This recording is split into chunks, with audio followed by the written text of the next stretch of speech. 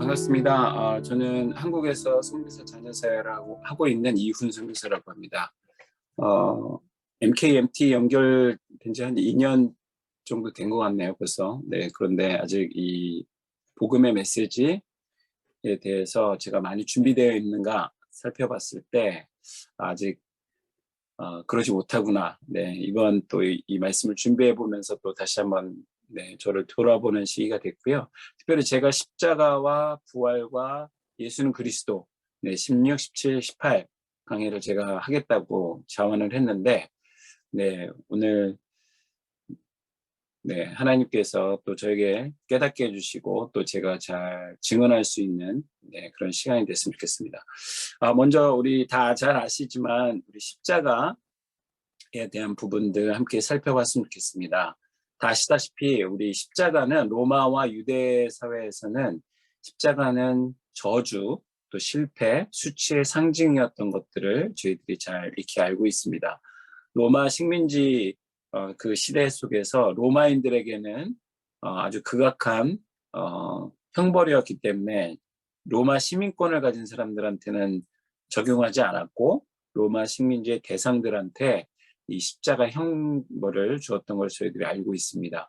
그래서 이 십자가가 우리 그리스도인들에게는 구원의 복음으로 제시된다는 것 자체가 사실 매우 충격적인 것이었던 것을 저희가 알고 있습니다.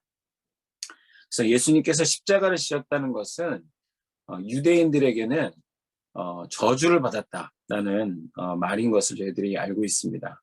그래서 신명기 21장 23절에 보면 그 시체를 나무 위에 밤새도록 두지 말고 그날에 장사하여 내 하나님 여호와께서 내게 기업으로 주시는 땅을 더럽히지 말라. 나무에 달린 자는 하나님께 저주를 받은 자다. 이것이 기본적으로 유대인들의 사고 가운데 있는 개념이라는 것이죠. 그런데 그 예수님께서 그 십자가를 지신 분이 우리를 구속하셨다라고 하니까 유대인들에게는 참 그것이 마음의 걸림돌이 되는 것을 저희들이 이렇게 알고 있습니다.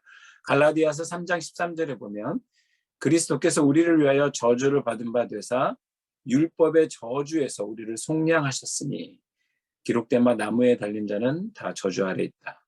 율법의 저주. 그 율법의 저주라는 것은 사실 우리가 하나님이 우리를 지으셨지만 하나님이 우리를 구속하시고 그 율법을 통하여서 하나님 나라의 백성이 되게끔 하시는 그 일에 유대인들은 아주 열심히 있었습니다. 그러나 그 율법을 다 지킬 수 있지는 않았기 때문에 결국 그 율법의 저주에게 계속해서 우리가 끌려다니고 그것이 정말 어깨를 누르는 그런 짐처럼 되는 것이죠. 그래서 예수님이 이 땅에 계셨을 때 유대인들이 특별히 바리새인 그런 서기관들, 그 율법에 익숙한 자들이 그 율법을 통하여서 자기들도 지키지 못하면서 많은 이들을 넘어지게 하는 것들을 예수님이 많이 지적하셨던 것들을 우리가 볼 수 있습니다. 그래서 히브리서 12장 2절에 보면 예수님께서는 그 십자가를 그 우리로 하여금 그 율법의 문제 결국은 무너지게 되고 정말 자신이 어떤 삶에 어떤 형편에 처해 있는지를 잘 모르고 있는 그래서 자신의 문제를 해결하지 못하는 그 사람들에게 십자가를 참으셔서 부끄러움을 개의치 아니하셨다라고 성경은 기록하고 있습니다. 우리 인간에게 있는 우리 앞에서 많은 강의들을 통하여서 우리 인간에게 있는 세 가지의 문제, 우리 죄의 문제가 있고 또 사단의 문제가 있고 결국 그래서 하나님을 떠난 문제, 그 인간이 처한 모든 문제는 그 세 가지의 문제로 귀결이 되는데 그 인간이 자신의 문제를 해결할 수 없는 그 문제를 예수님께서 직접 자신이 십자가를 지심으로 부끄러움을 당하시면서 저주를 받으시면서 우리의 문제를 해결해 주셨다는 것이죠. 빌립보서 2장 8절에 보면 사람의 모양으로 나타나서 자기를 낮추시고 죽기까지 복종하셨다라고 기록하고 있습니다. 자기를 낮추셨다. 예수님이 하나님이셨다라는 것들을 사람들은 특별히 유대인들은 나무에 달려서 저주를 받은 자가 어떻게 메시아냐 믿을 수 없다라고 말을 하고 있죠. 그러나 이 성경에서 말하는 인간의 그 세 가지의 문제, 죄의 문제, 사단의 종이 된 문제, 그래서 결국 하나님을 떠난 문제로부터 벌어진 모든 문제들, 인간이 처한 그 현상을 정확하게 알지 못하기 때문에 사람들이 공경에 빠져 있는 것이지, 예수 그리스도께서 우리를 위해서 자신이 낮아지심으로 그것을 해결해 주기 위해서 이 땅에 오셨다는 것을 이들이 알게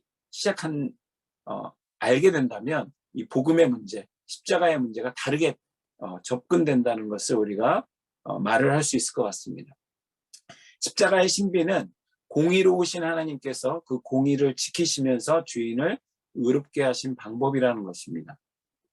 다른 말로는 아들을 대신 죽이심으로써 하나님의 공의와 사랑이 그대로 드러나게 하셨다는 것이죠.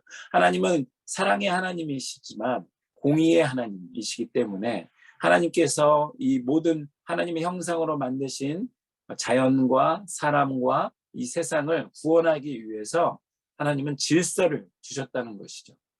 그래서 그 질서를 지키시기 위해서 죄악된 하나님을 against God, 하나님을 대항해서 얼굴을 돌리는 그 인간들을 향해서 그 죄의 문제를 자신의 아들을 보내심으로 해결하셨다는 것이죠. 그래서 예수님은 그 십자가의 의미를 아시고 철저히 순종하셨다는 것을 저희들이 기억해야 될 것 같습니다. 예수님의 십자가는 친히 죄 자체가 되셔서 모든 진노를 그 몸에 다 쏟아 부으신 것이라는 것이죠. 저기 지금 저 사파가 보이실 텐데요. 예수님이 십자가에 달리실 때 성경에 보면 오른편에 달린 강도 이야기가 나오고 왼편에 달린 강도 이야기가 납니다.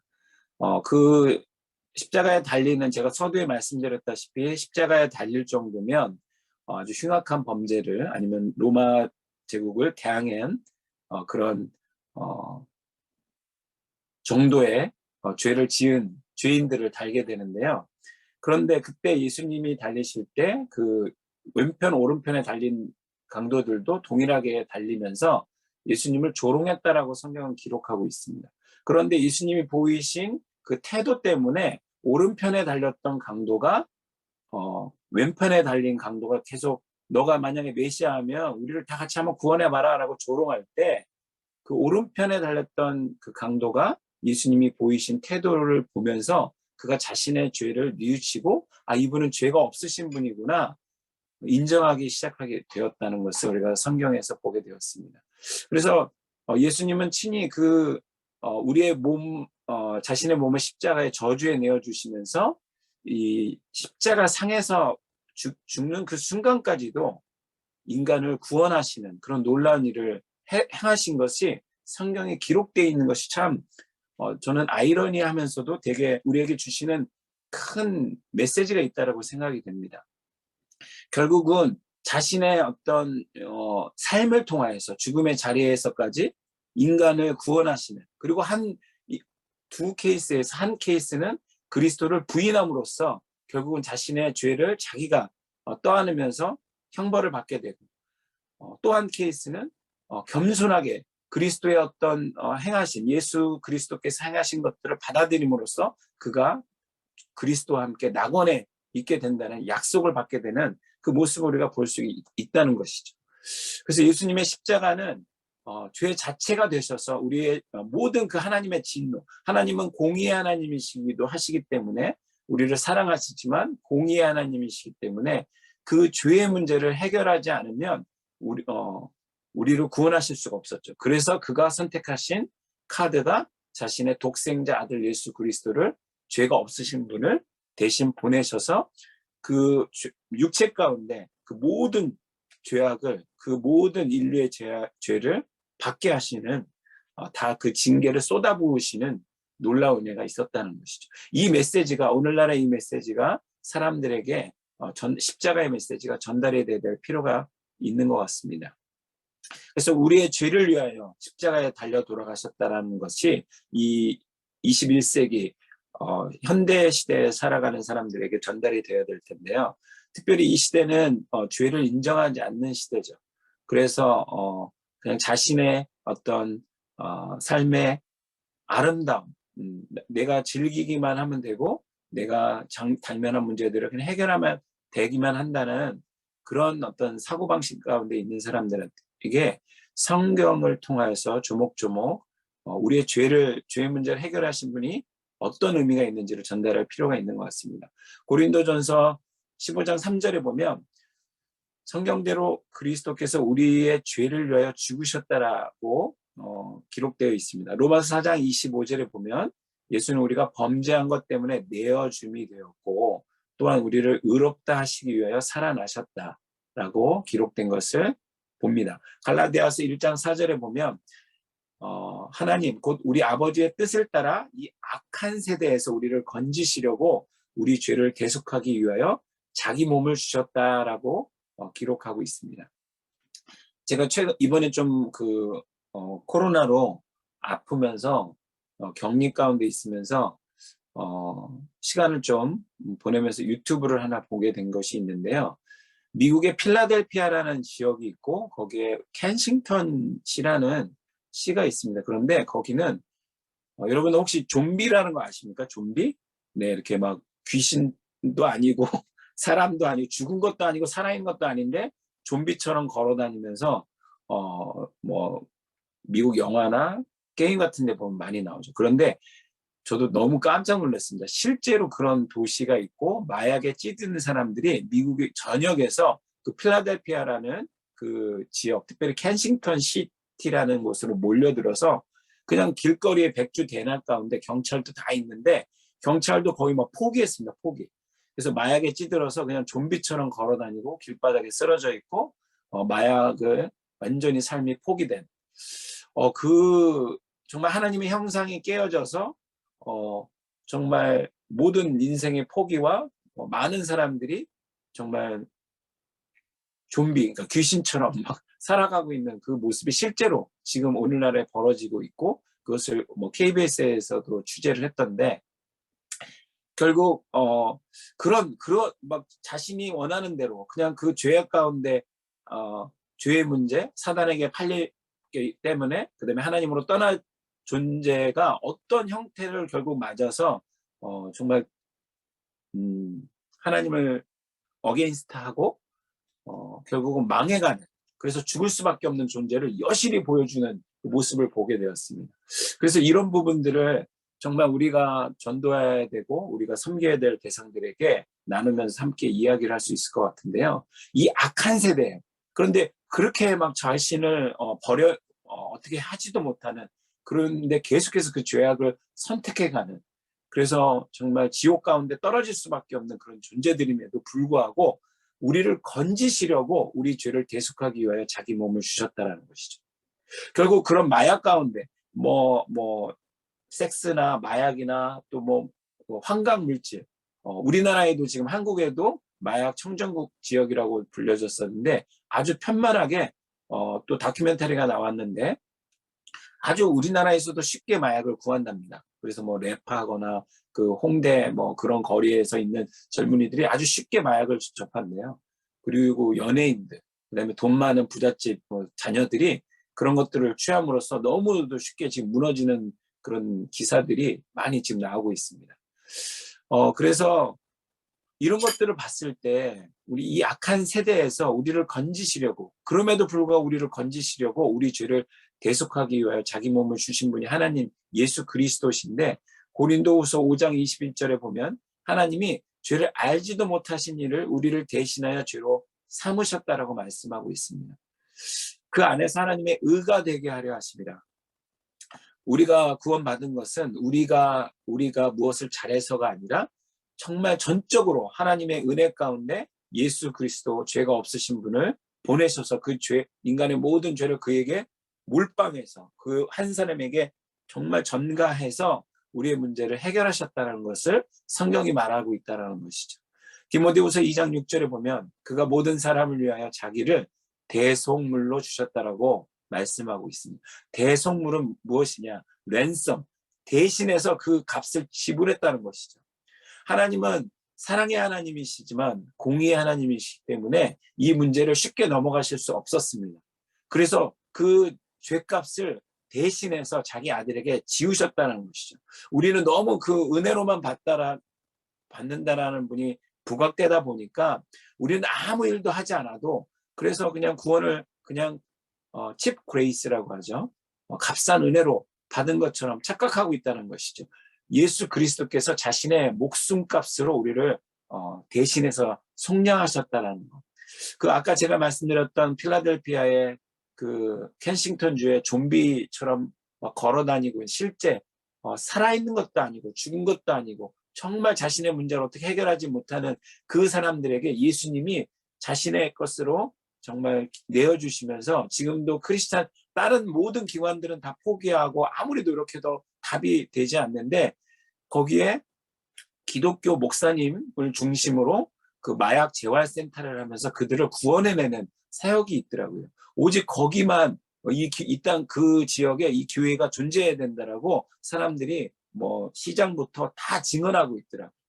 제가 그걸 보면서 오직 그리스도의 능력만이 정말 이 모든 세상 가운데서도 포기한 그 사람들을 변화시킬 수 있는 유일한 대안이라는 것을 저는 믿습니다. 이 시대 가운데 소망이 없고 이 젊은 세대 가운데에서도 정말 기독교나 이 세상 가운데서 흑수저 또 M4 세대, 소망이 없다라고 하는 이 세대 가운데 예수 그리스도만이 우리의 모든 문제를 해결할 수 있다는 것을 우리가 삶으로 증명해야 될 숙제가 우리에게 있다고 생각이 됩니다. 우리가 이 메시지로, 말씀으로 또 우리의 삶을 통하여서 그리스도께서 우리에게 행하신 일이 무엇인지를 그들에게 정확하게 대성물로 전달됐다는 것을 정확하게 전달해야 될 필요가 있다고 보여집니다.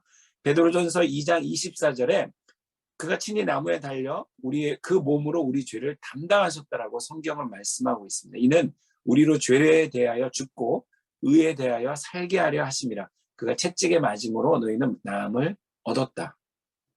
저에겐 한 소망이 있습니다. 우리나라에도 부흥이 있었고 74년도에 7세 엑스플로러가 있었고, 또 제가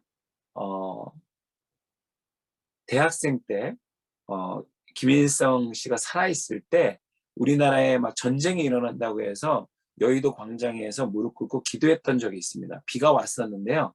정말 너무 깜짝 놀란 게, 그 기도하고 난 다음 날 김일성이 죽었습니다. 그리고 저는 진짜 전쟁 나는 줄 알았는데, 근데 그때 정말 기도했을 때 하나님의 그런 역사들이 일어났었고, 또 우리나라에도 평양 대부흥이 있었지 않습니까? 그리고 다시 한번 이 땅 가운데 부흥이 일어나기를 많은 분들이 기도하고 있는데, 영국에서도 한 3번 영적 대각성이 있었고, 미국에서도 있었고, 한국에서도 아까 제가 자꾸 그 필라델피아의 좀비 마을 말씀을 드리고 있는데, 정말 그런 문제를 어떤 인간적인 노력으로 해결할 수 있을까요? 오직 성령의 바람이 불어서 인간의 모든 문제들, 정말 영국에도 그랬고 미국에도 그랬고, 아주사 스트릿 같은 데는 그냥 길거리 걸어가다가 성령님이 임해서 사람들이 다 본어게인하고, 술집들이 문을 닫고 나이트클럽들이 다 문을 닫고, 경찰들이 할 일이 없어가지고 경찰을 직업을 포기하고, 이런 일들이 있었다라는 것이 실제 역사 가운데 기록이 있었습니다. 하나님께서 우리에게 정말 다시 한번 이런 놀라운 일들, 그리스도의 고귀한 피가 우리의 죄를 위해서 대신 대성물로 주셨다는 것들이 그 사람들에게 증언될 때 그들의 삶이 변화가 일어나지 않겠습니까? 그가 채찍에 맞음으로 우리가 나음을 입었다라고 성경은 분명히 말씀하고 있는 것입니다. 자, 십자가의 이 중요한 포인트는 십자가 지신 그 예수가 누구이신가? 예수께서 십자가로 무슨 일을 이루셨는가를 이 세대 가운데 그 메시지를 듣는 사람들에게 깨닫게 해야 된다는 것이 필요하다는 것이죠. 예수는 십자가로 그리스도의 일을 담당하셨다는 것입니다. 그리스도의 일은 무엇이냐? 십자가에서 하나님을 만나는 길을 여셨고, 죄를 해결하셨고, 사단에게 승리하셨다라는 이 포인트. 우리는 다 알고 있지만 아직까지 우리 그리스도인들 가운데 또 이게 복음을 증언하는 필요가 있는 사람들, 거기에 부르심을 받은 제자들 가운데 이 3가지 포인트, 인간의 문제를 어떻게 해결하셨는가, 그리스도의 역할이 무엇인가가 아직 전달이 잘 되고 있지 않은 것을 우리가 다 알고 있습니다. 이 부분을 명확하게 우리가 증언하고 그들에게 이것을 설득하고 전달해야 될 필요가 있다는 것이죠. 십자가로 그리스도께서 어떤 일을 감당하셨는가라는 것을 보기 원합니다. 히브리서 9장 12절에 염소와 송아지의 피로 하지 아니하고 오직 자기의 피로 영원한 속죄를 이루사 단번에 성소에 들어가셨다. 네, 우리가 다 알다시피 구약에서는 동물들의 피를 통하여서 그 구약의 제사를 통하여서만 하나님께 나아갈 수 있었죠. 그러나 그리스도께서 단번에 성소에 들어가신 자신의 육체를 찢으심으로 우리를 그 길로 열어두셨다는 것을 히브리서 10장 19절 20절에서도 말씀하고 있습니다. 우리가 예수의 피를 힘입어 성소에 들어갈 담력을 얻었나니 그 길은 우리를 위하여 휘장 가운데 열어놓으신 새로운 살 길이요. 휘장은 곧 그의 육체를 찢으셨다는 것이죠. 골로새서 1장 20절에 그의 십자가의 피로 화평을 이루사 원수되었던 하나님과 죄를 갖고 있으면 하나님과 원수될 수밖에 없는데 그 원수되었던 하나님과 인간 사이에 화평을 이루신 분이 바로 예수 그리스도라는 것이죠. 만물 곧 땅에 있는 것들이나 하늘에 있는 것들이 그로 말미암아 예수로 말미암아 자기와 화목되게 되기를 기뻐하셨다라고 기록되고 있습니다. 로마서 8장 3절 4절에 보면 그 영을 따라 행하는 우리에게 율법의 요구가 이루어지게 하려 하셨다. 네, 율법의 요구. 그 모든 죄의 문제를 해결하지 않으면 율법은 그것을 요구하고 있는데 해결하지 않으면 누구도 하나님 앞에 나아갈 수 없다는 것이죠. 그런데 그것을 예수 그리스도의 영에 따라 행하는 우리에게 율법의 요구가 이루어지게 하셨다라는 성경 분명히 기록하고 있습니다.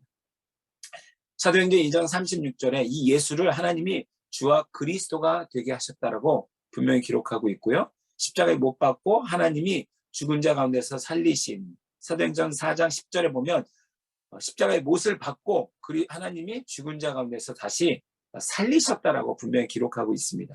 그래서 예수님께서 부활하신 것, 십자가를 통해서 온전히 우리의 모든 문제를 해결하셨다라고 부활이라는 포인트를 보시면 우리가 알 수 있습니다. 예수께서 성경은 예수님께서 부활하셨다라고 말씀하고 있습니다. 이는 그가 하나님의 아들이시라는 결정적인 증거라는 것이죠. 그가 십자가에서 드렸었던 그 제사가 완벽하셨고 더 이상 율법의 요구를 더 이상 뭐 다른 것을 통해서 할 필요가 없고 하나님께서 그것을 수납하셨다. 온전히 받아들이셨다라고 성경이 증언하고 있다는 것이다. 그 말은 그의 제사가 완벽했다라는 것으로 하나님은 말씀하고 있습니다. 특히 그리스도의 부활은 그가 그리스도의 사역을 완성하셨다라고 말씀하고 있습니다. 부활은 구속의 완성이며 구속의 종결로서 이해될 수 있습니다. 요한복음 11장 25절에 보면 예수께서 이르시되 나는 부활이요 생명이니 나를 믿는 자는 죽어도 살겠고 요한계시록 1장 18절에는 곧 살아있는 자라 내가 전에 죽었었노라 볼지어다 이제 세세토록 살아있어 사망과 음부의 열쇠를 가졌노라 라고 말씀하고 있습니다. 성경은 분명히 예수 그리스도께서 십자가에서 죽으셨고 역사적 사실이며 그가 다시 부활하셨다라고 증언하고 있습니다. 요한계시록 1장 18절에 내가 전에 죽었었노라 예수님이 직접 자신의 말씀을 하고 계십니다. 고린도전서 15장 4절에 장사 지낸 바 되었다가 성경대로 사흘 만에 다시 살아나셨다고 말씀하고 있습니다. 고린도전서 15장 20절에서 21절에 보면 다시 살아나사 잠자는 자들의 첫 열매가 되셨다. 네, 그래서 죽은 자의 부활도 한 사람으로 말미암는도다라고 말하고 있습니다. 로마서 6장 9절 10절에 보면 그리스도께서 죽은 자 가운데서 다시 살아나셨음에 10절에 보면 그가 죽으심은 죄에 대하여 단번에 죽으심으로 그가 살아계심은 하나님에 대하여 살아계심이니라고 말씀하고 계십니다. 고린도후서 13장 4절에 보면 하나님의 능력으로 살아계심이 우리도 그 안에서 약하나 너희에게 대하여 하나님의 능력으로 그와 함께 살리라. 네. 그래서 그 예수 그리스도의 부활은 온전했고 완전했고 더 이상 십자가가 더 이상의 십자가가 필요치 않고 우리로 하여금 단번에 하나님께 나아갈 수 있게 되셨다라고 증언하고 있습니다. 예수께서는 십자가와 부활로 구속을 완성하신 바로 그리스도시라는 것이죠. 그리스도라는 것은 완전히 기름 부으심을 받았고 우리를 왕으로서, 제사장으로서, 선지자로서 우리의 인간의 연약한 모든 문제를 해결하셨다는 것을 우리는 익히 들어서 알고 있습니다. 십자가를 지시며 예수는 다 이루셨다라고 말씀하셨습니다. 완전하다, 부족함이 없다, 더 필요한 것이 없다라고 증언하고 있다는 것이죠. 그래서 그 부활로 그리스도의 일을 완성하심을 증언하고 있습니다.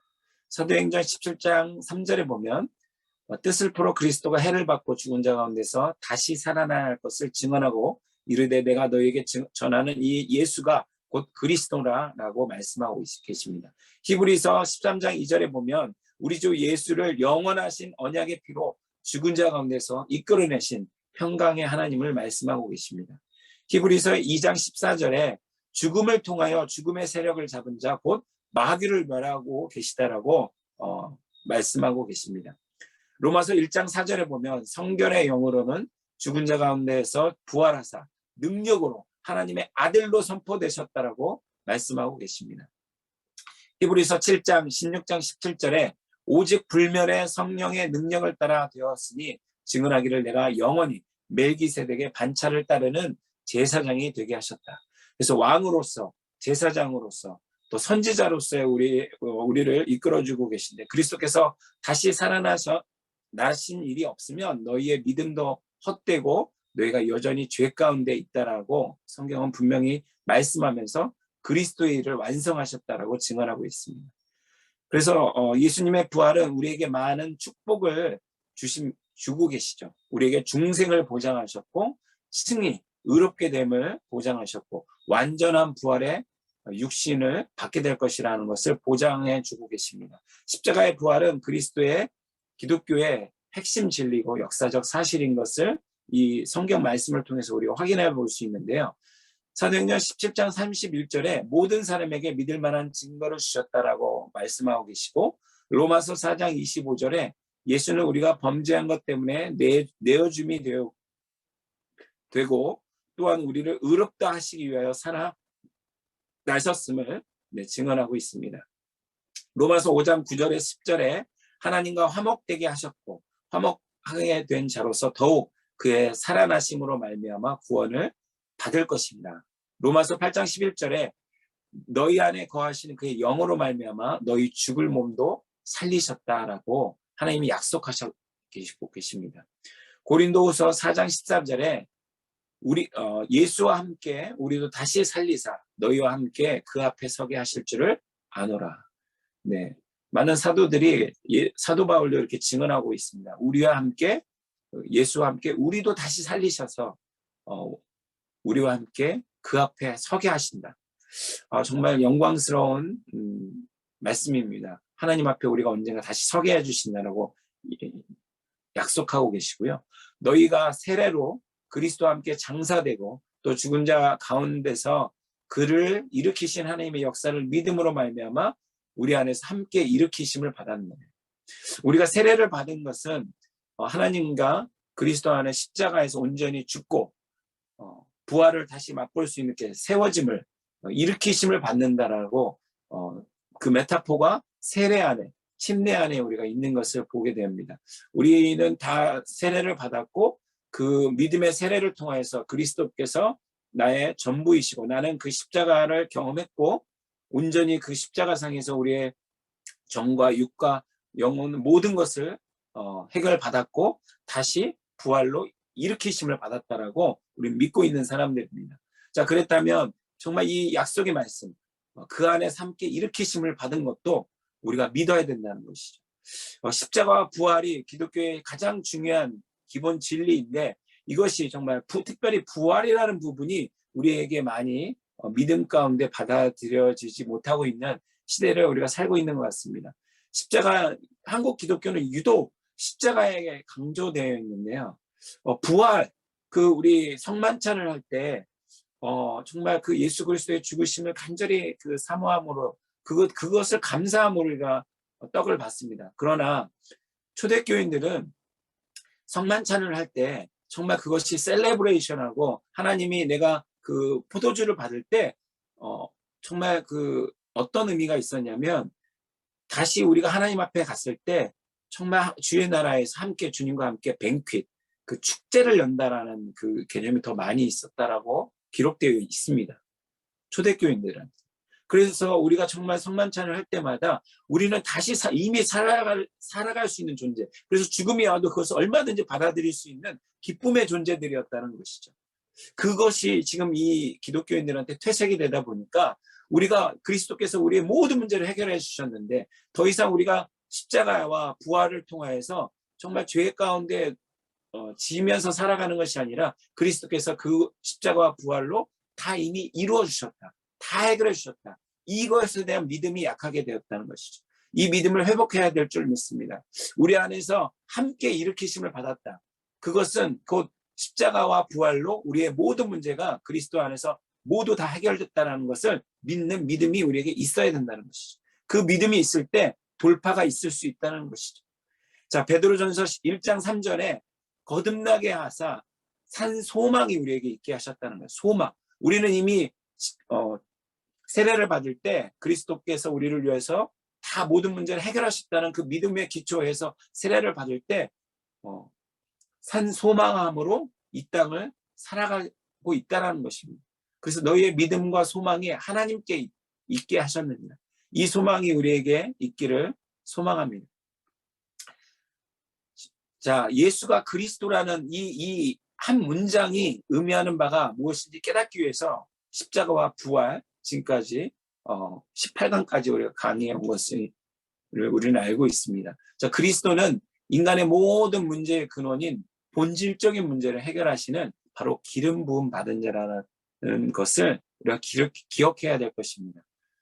자, 그리스도, 기름 부음 받은 자의 뜻은 시편 2장 2절에 여호와와 그의 기름 부음 받은 자를 대적했다라는 이 표현에서 여호와는 우리 아버지 하나님이신데 그의 기름 부음 받은 자는 누구냐? 우리가 다 알다시피 예수 그리스도라는 것이죠.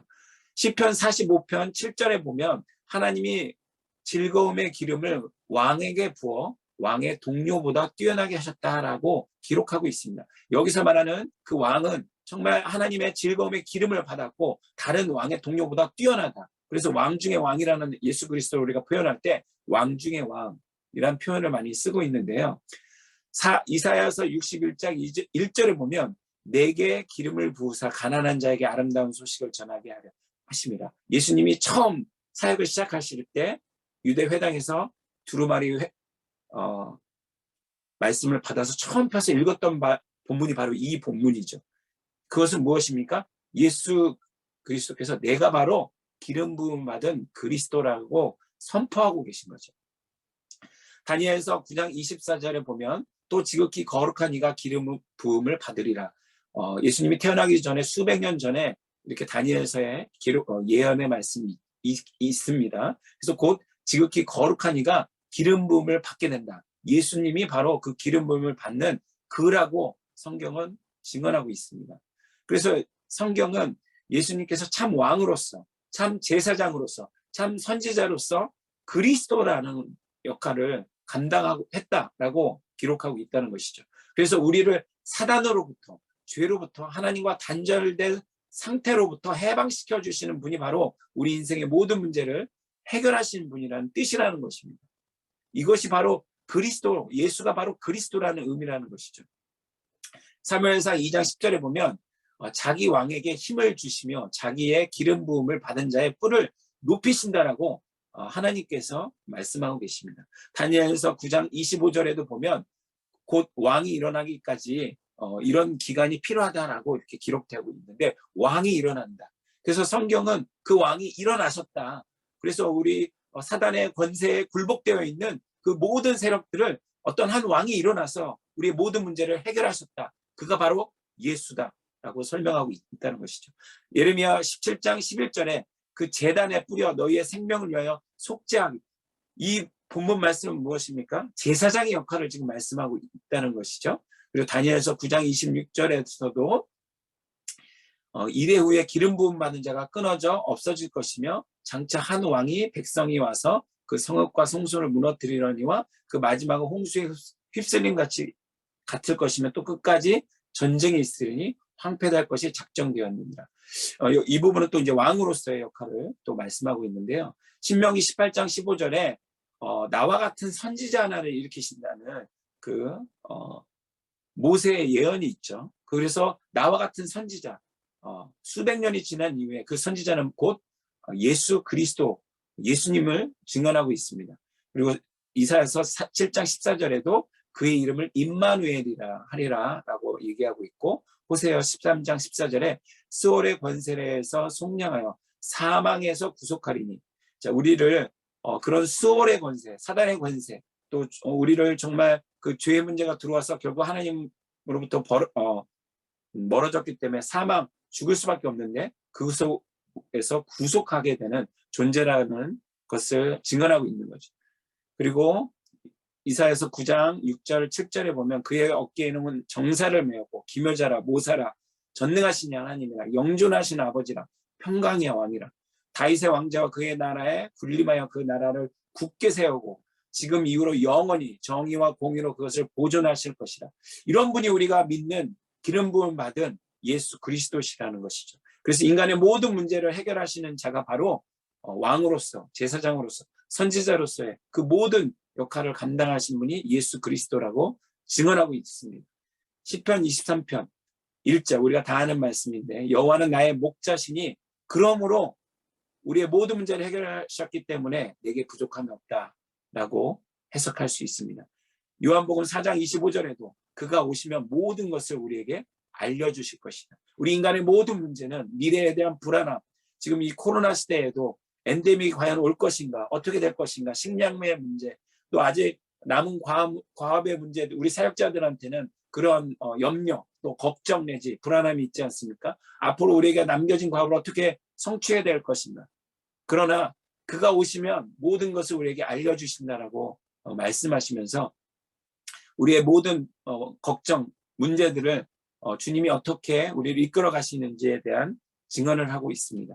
그래서 예수님이 나의 그리스도라는 의미는 바로 참된 왕으로서 사단으로부터 나를 해방시키셨다는 것이고, 참 제사장으로서 나의 죄를 해결하셨다는 것이고, 참 선지자로서 나에게 하나님 만나는 길을 열어주셨다는 것이죠. 그러면 나는 하나님과 화목하게 된 자로서, 하나님의 자녀로서 하나님과 동행하는 자로 살게 된다는 것입니다. 제가 이 부분을 준비하면서 저에게는 어떤 믿음이 생기게 되었냐면요, 우리가 세계 선교, 또 우리에게 남겨진 과업, 또 지상명령 성취를 이루는 데 있어서, 당대 세계복음화를 하는 데 있어서 나는 과연 예수를 그리스도라고 믿고 있으면서 나의 그 염려들, 사역자로서의 염려, 고민들, 남겨진 또 우리 내가 섬겨야 될 사람들과 스트러글링 하면서 이걸 어떻게 풀어나가야 되는가라는 고민이 있는 것을 제가 발견하게 되었습니다. 그런데 나는 하나님과 화목하게 된 자로서, 하나님의 자녀로서, 하나님과 동행하는 자로서 지금 예수가 그리스도라고 믿고 확신하고 있는가?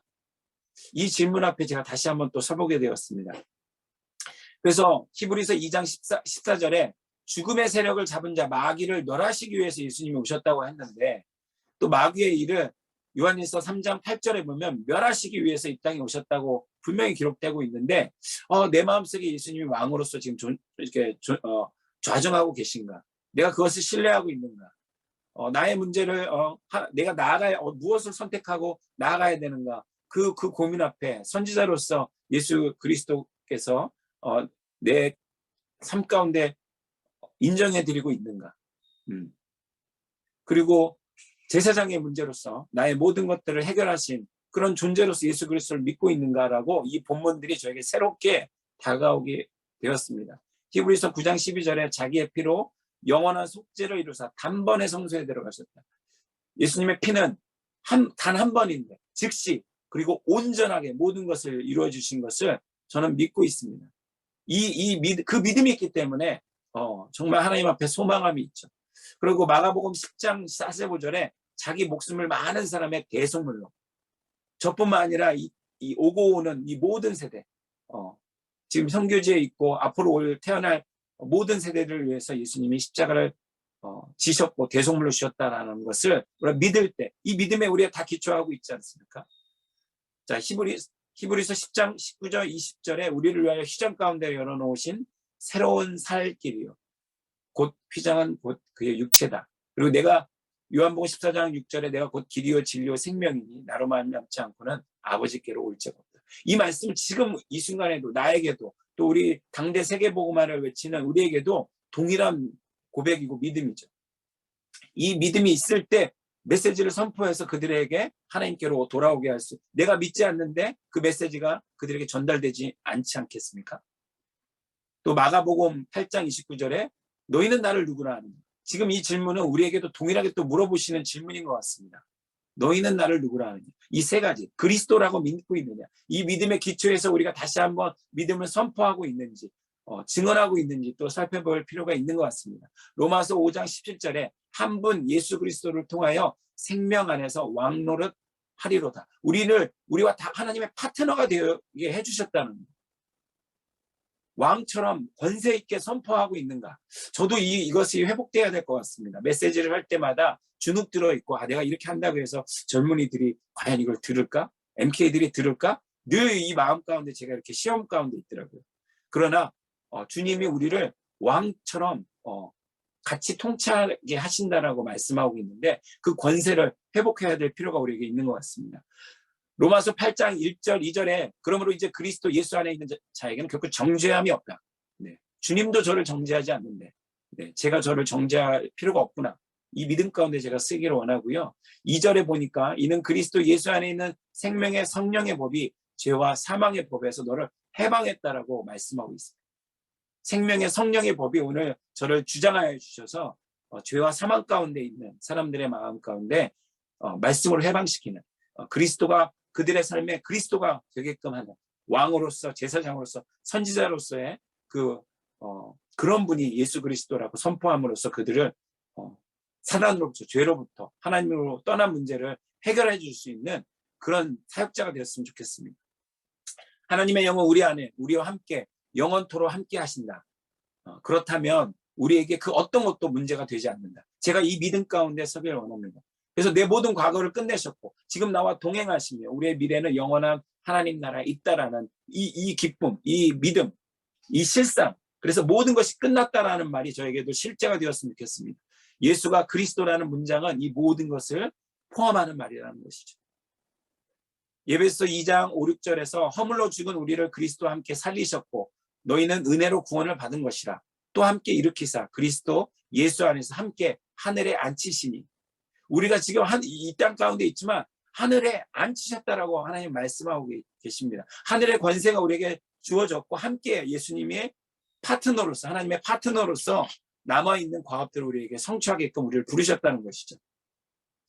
고린도후서 5장 17절에 그런즉 누구든지 그리스도 안에 있으면 새로운 피조물이다. 이전 것은 지나갔으니 보라 새 것이 되었다. 제가 새 것으로 주님과 함께 동역하기 원합니다.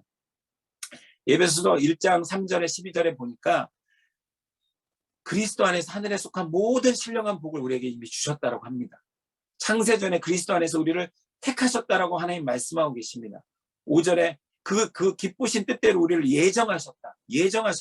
우리를 선택하셔서 마지막 이 당대 세계복음화의 역할들을 맡기셨다는 것이죠. 자기의 아들들이 딸들이 되게 하셨다는 것이죠. 그리고 우리에게 거저 주셨다. 그래서 결국 찬송하게 하려는 것이다. 이제 말씀을 마무리하도록 하겠습니다. 오늘 16강 십자가와 부활과 예수는 그리스도 18강을 나누었는데요. 이 말씀을 잠깐만 눈을 한번 쭉 살펴보셨으면 좋겠습니다. 십자가는 저주와 실패와 수치의 상징이었지만 그것이 우리에게는 구원의 복음을 제시하는 놀라운 충격적인 사실이고 그 십자가의 신비는 결국 아들을 대신해 죽으심으로써 공의와 사랑이 그대로 그 십자가에서 드러나게 하셨고 십자가의 의미를 아시고 예수님은 철저히 순종하셨다. 자, 그렇다면 지금 우리의 사역자인 우리는 우리에게 주어진 십자가 복음을 전해야 되고 또 당대 세계복음화를 세계 선교를 감당해야 되는 이 십자가 우리 가족들에게 또 우리 아는 것과 사는 것이 일치된 모습으로 우리가 그렇게 살아가야 되는 십자가가 우리에게 있는데 그것의 의미가 무엇인지를 충분히 알고 순종하는 그래서 그리스도의 일을 담당하고 있는 우리도 하나님의 파트너로서 그래서 그것은 뭐냐? 하나님을 만나는 길을 또 사람들에게 제시하는 것이고 예수 그리스도를 통해서 그들의 죄를 해결할 수 있도록 인도하는 것이고 그래서 그들의 삶이 더 이상 사단에게 지는 것이 아니라 승리할 수 있도록 돕는다는 것이죠. 그래서 예수 그리스도의 부활이 우리의 삶 가운데서 매일매일 적용되고 경험되어지는, 그래서 그들의 우리가 이 말씀을 증언할 때 그 말씀을 듣는 사람들의 삶에도 부활이 경험되어야 된다는 것이죠. 그가 그래서 하나님의 아들이시라는 결정적인 증거는 곧 부활에 있었기 때문에, 그 부활은 곧 십자가가 완벽했다라는 것이죠. 그래서 우리가 전하는 십자가가 완벽했다면 그 사람들의 삶이 살아나는 증언, 그 부활을 경험할 수 있는 그런 것들을 저희가 맛볼 수 있다는 것이죠. 자, 그래서 예수는 그리스도라는 것이 우리에게 우리의 삶을 우리의 증언을 통해서 그들에게 온전히 전달됨으로 그들도 확신을 갖고, 그들도 그리스도의 이 제사장적 또 왕적 선지자적인 그 역할을 정말 확신하면서 누군가에게 또 전달할 수 있는 그런 놀라운 일들이 우리를 통해서 계속해서 일어나기를